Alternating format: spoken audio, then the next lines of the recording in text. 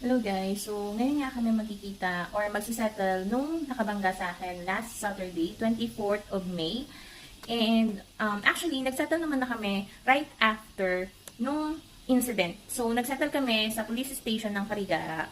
Although, that time, since medyo fresh pa, ang napag-usapan namin is magbabayad na lang siya kung magkano yung taillight na mabibili ko or yung replacement.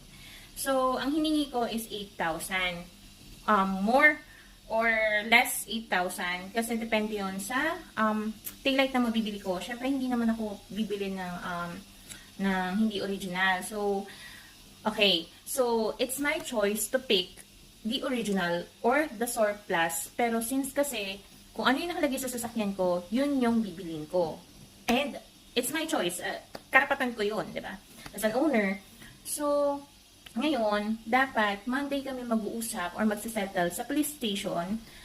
Kaso, parang nakiusap sa akin si kuya na kung pwede daw bababaan ko yung 8,000. Kasi nga, farmer si kuya and hindi niya ganun ka-afford yung price na hinihingi ko. Which is, hindi ko control yung presyo ng taillight kasi depende yun sa store na mabibilan ko.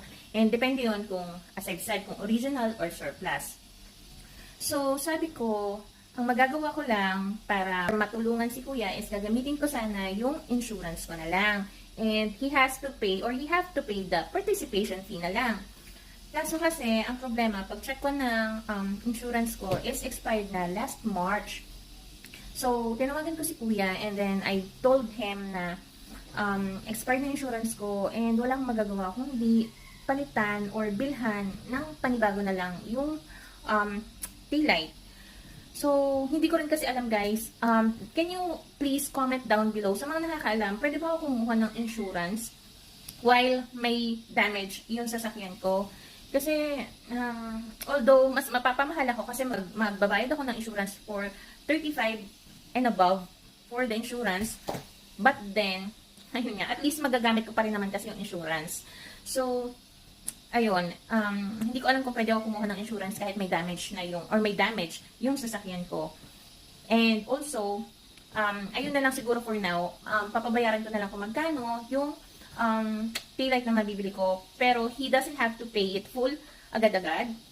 Tumatanggap ako ng staggered as long as babayaran niya yung na-damage. So, tingin ko naman, willing naman si kuya, aminado naman siyang mali niya. And kaya naging maayos din akong kausap sa kanya. So, ayun, balitaan ko na lang kayo mamaya kung anong mangyari, kung anong magiging update or magiging kinahinatnan ng setup.